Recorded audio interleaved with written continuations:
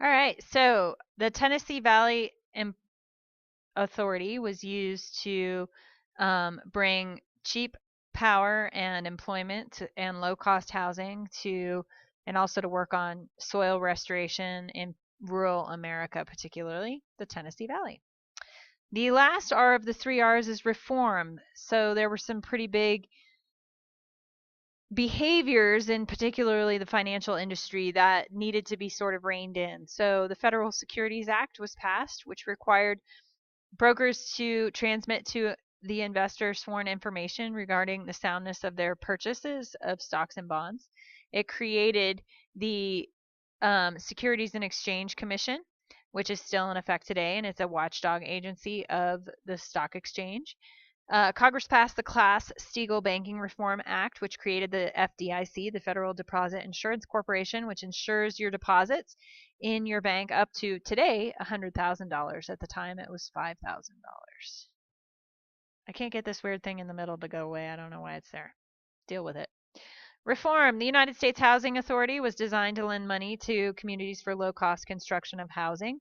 You start to see HUD housing, the Housing and Urban Development, beginning at this time, projects, so to speak. You had housing reform and Social Security, the Federal Housing Administration, which later becomes the Housing and Urban Development. You also had them providing low, small loans to improve their dwellings or remodel them. And then in 1939, you have one of the biggest pieces of legislation that comes out of the New Deal, which is the Social Security Act. It provided for federal and state unemployment insurance to cushion against future depressions.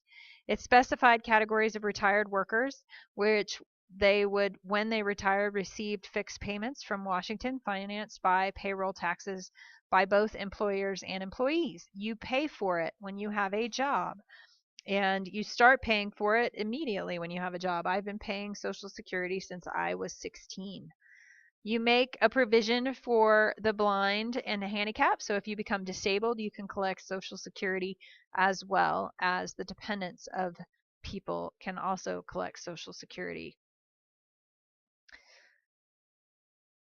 One of the things that the president started to do immediately upon inauguration was give weekly, what he called fireside chats over the radio. And he used this to keep the public informed and promote a sense of stability coming from the White House. They were very popular.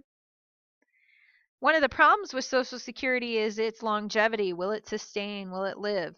After World War II, there was a large population boom. War vets came home. There was a sense of prosperity, and they had children. It is the largest age cohort or group in the nation, and they are starting to retire right now. They are my parents' generation, and they are pulling out of the Social Security system what they had put in. However, there are not enough of you and me paying into Social Security to sustain it right now. So Congress at some point is going to have to fix that problem. So here you can see the agricultural crisis that I mentioned. You have the instability of wheat prices. Wheat shoots up during World War I and then pretty much continues to drop. And then you see, as a result of World War II, it starts to take off again. This prolonged drought in the Midwest, as I mentioned, sparked, as well as some agricultural practices like dry farming and plowing up the Great Plains, basically created a man-made natural disaster. Tens of thousands of Americans became refugees within their own country and fled the ruined acres. In 5 years, 35,000 people fled Oklahoma and Arkansas. They became known as Okies and Arkies, trekking to California to work as migrant workers in the California agricultural fields. The dust storms were so prevalent they were picked up by the jet stream and even appeared in Washington, D.C. Big black clouds, they would come with electricity because they would create their own static electricity, so there would be lightning with them. People would have major respiratory issues with these storms, and they could last for days. Burying farms, farm equipment, people would have to stuff towels and wet towels under their doors to keep the dust out, and even then they would have to sweep it all out afterwards.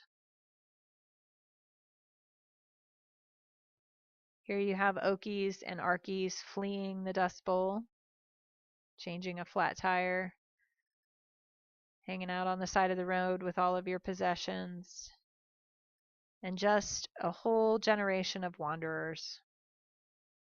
So with this, we also got the National Labor Relations Act, also known as the Wagner Act, which created the National Labor Relations Board and allowed and reasserted the right of labor to organize and collectively bargain and represent its own choices, and also to strike if necessary.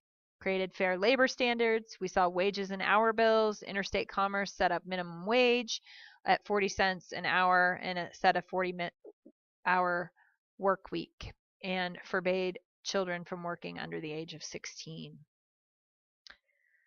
FDR wins re-election in 1936, again by a landslide.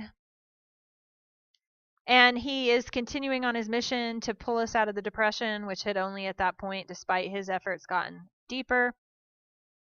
So he attempts to pack the Supreme Court because the Supreme Court is starting to declare some of his recovery initiatives unconstitutional. So his solution is to add more members that are sympathetic to his policies. That also gets slammed by the court, and this was called court packing in his reorganization.